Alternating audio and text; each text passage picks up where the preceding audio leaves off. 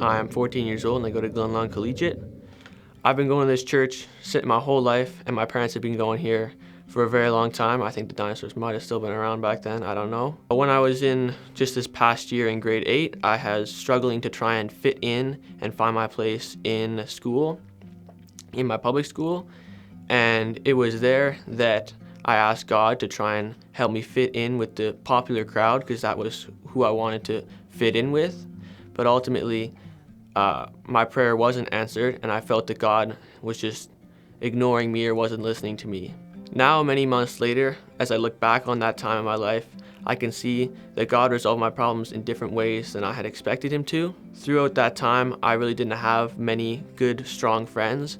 I had one good friend in Jude Neufeld who really helped me lift me up and get me through that time and kept growing in my faith and pushing me to get better and have a stronger relationship with God.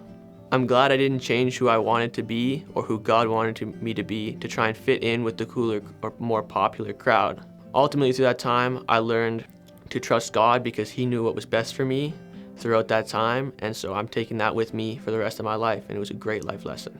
I would just like to say a special thanks to my friends and family who helped me get through that hard time and help build my faith and strengthen me in my relationship with God, and a great thanks to Jude Neufeld who helped me get through that time. A couple months ago, when my youth pastor at a different church was teaching on baptism, and one of his slides said, "Why wait to get baptized?" And I thought about it afterwards, and I couldn't really answer that question. And so I decided then that I wanted to get baptized, and ultimately I want to get baptized to show the church congregation that I want to live the rest of my life for Christ. Hi, I'm Grant from Grant, and this is my church.